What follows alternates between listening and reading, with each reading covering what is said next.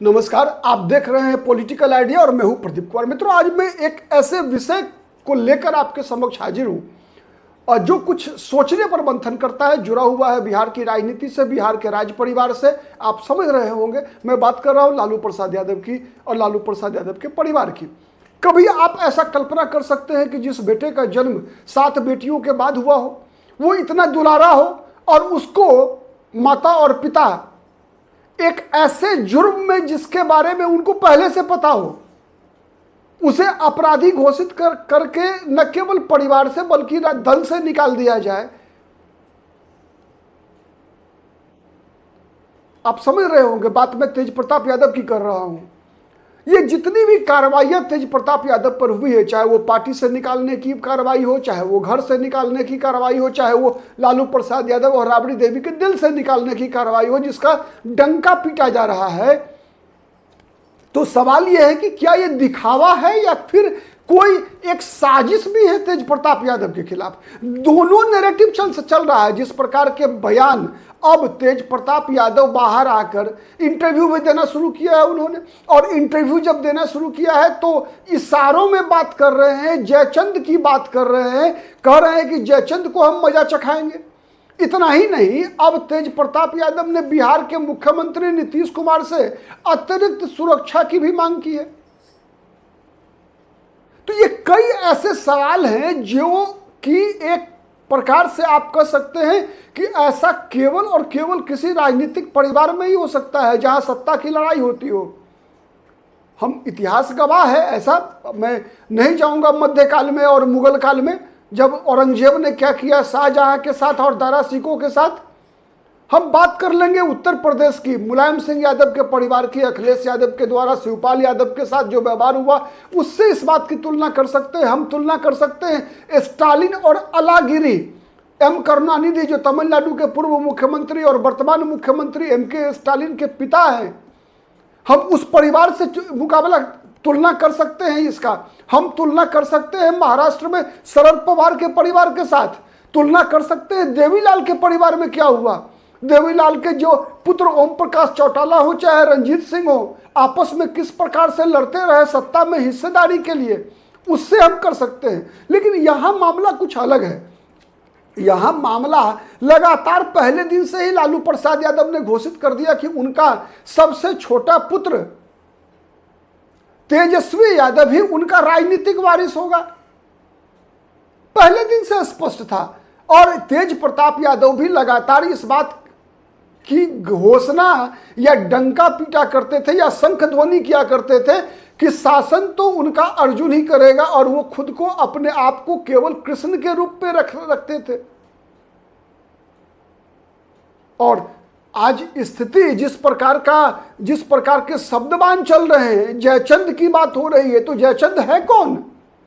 क्या वो जयचंद सीधा सीधा तेजस्वी यादव है, या तेजस्वी यादव के कंधे पर बंदूक रखकर चलाने वाला कोई संजय हो? महाभारत का संजय तो रनिंग कमेंट्री सुनाने वाला था, जो कि धृतराष्ट्र को, महाराज धृतराष्ट्र को रनिंग कमेंट्री महाभारत युद्ध का सुना रहा था। यहां तो अब मैं कैसे कहूं कि वो दुर्योधन का संजय है या फिर युधिष्ठिर का संजय है, ये कहना बहुत मुश्किल है, क्योंकि जब तक बहुत सारी बातें पब्लिक डोमेन में ना आए, हम आप जैसे कोई व्यक्ति नहीं जान रहे थे कि आज 12 वर्षों से तेज प्रताप यादव किसी अनुष्का यादव के साथ संबंध को छुपा कर चल रहे हैं।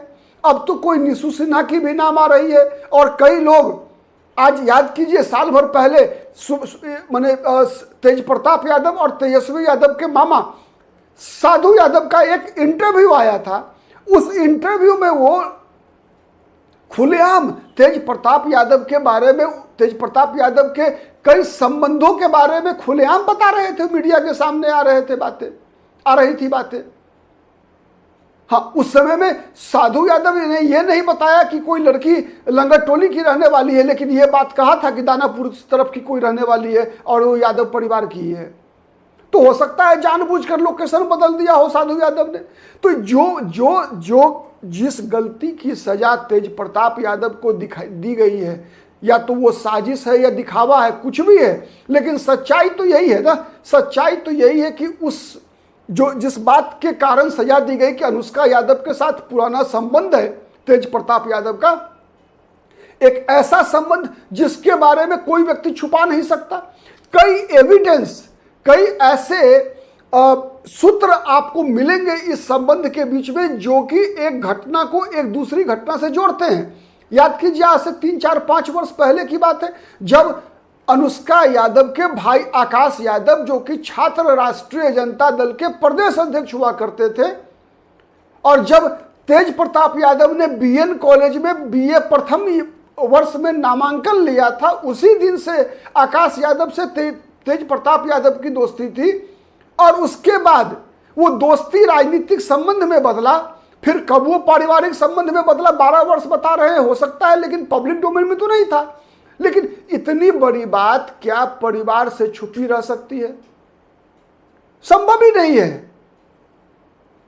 हाँ, 1 आध महीना, 2 महीने, 4 महीने की बातें छुपती है, लेकिन 12 वर्षों का संबंध कभी किसी परिवार में नहीं छुपेगी। नंबर 1। नंबर 2, आप देखिए परिवार का पाप कितना बड़ा है, इस बात को समझने का प्रयास करेंगे हम कि देखिए बीच में एक ऐसे परिवार के साथ की बच्ची के साथ संबंध होता है, जो बच्ची जिसका परिवार एक प्रतिष्ठित परिवार के रूप में जाना जाता है। दरोगा प्रसाद राय के परिवार की बात मैं कर रहा हूं।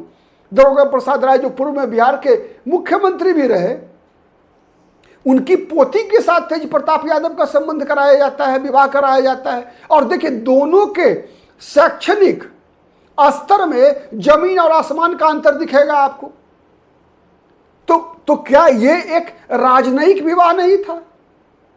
सवाल ये उठ रहा है, क्या ये एक बराबरी का विवाह था? क्या ये बेमेल विवाह नहीं था?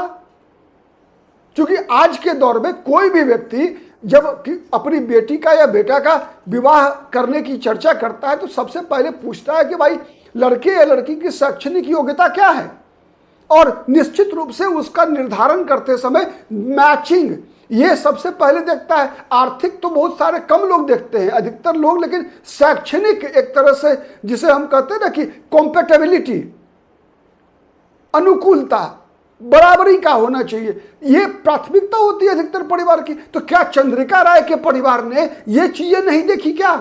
सवाल यह भी उठ रहा है कि चंद्रिका राय के परिवार ने यह सवाल क्यों नहीं देखा, इस विषय को क्यों नहीं देखा कि जिस ऐश्वर्या राय का विवाह वो तेज प्रताप यादव से करवाने जा रहे हैं, तो उस तेज प्रताप यादव की शैक्षणिक योग्यता क्या ऐश्वर्या राय की शैक्षणिक योग्यता से मैच करती है?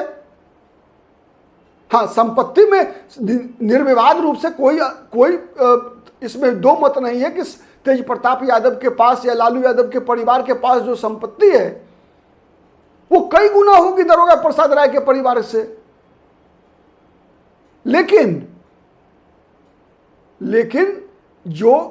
जिस प्रकार का बैकग्राउंड, जो सामाजिक और शैक्षणिक प्रतिष्ठा की बात मैं कर रहा हूं, जो सामाजिक, शैक्षणिक और राजनीतिक प्रतिष्ठा, मैं राजनीतिक शक्ति की बात नहीं कर रहा। राजनीतिक शक्ति के मामले में बिहार में भले ही मुख्यमंत्री हो चाहे ना हो, लालू यादव का परिवार सबसे शक्तिशाली परिवार है आज भी, चाहे वो विपक्ष में हो चाहे सत्ता पक्ष में हो। लेकिन मैं प्रतिष्ठा की बात कर रहा हूं, राजनीतिक, आर्थिक, सामाजिक प्रतिष्ठा के मामले में लालू परिवार से 20 पड़ता है दरोगा प्रसाद राय का परिवार। फिर दरोगा प्रसाद राय के परिवार ने ये सब चीजें क्यों नहीं देखा? क्यों? अगर ये साजिशी था लालू परिवार का, तो उस साजिश को सफल होने देने में क्या स्वार्थ था चंद्रिका राय का? क्या चंद्रिका राय किसी दबाव के तहत बेटी की शादी करने को तैयार हुए थे, या किसी स्वार्थ के कारण करने को तैयार हुए थे?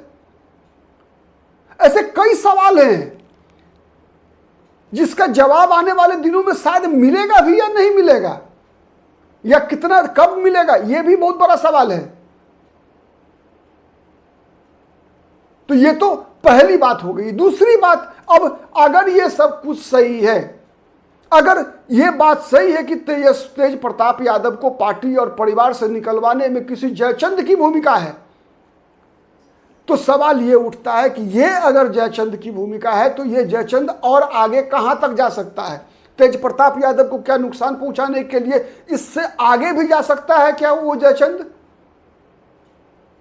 और क्या उस जयचंद की साजिश को लालू यादव और राबड़ी देवी नहीं समझ पा रही है?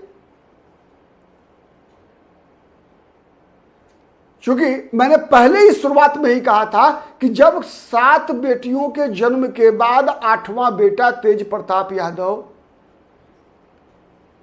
कितना प्यारा दुलारा हो सकता है अपने मां बाप का, इसका अनुमान लगाने के लिए मैं केवल आपसे आग्रह नहीं कर सकता, दर्शकों से आप खुद अनुमान लगा सकते हैं। और उस बेटा को पार्टी से निकाल देना, दल से निकाल, घर से निकाल देना, संपत्ति से बेदखल करना संभव है क्या? अगर संभव है तो यह साजिश हो सकता है या दिखावा हो सकता है, दो ही चीजें हो सकता है। दिल से ऐसा कोई माँ बाप नहीं कर सकता।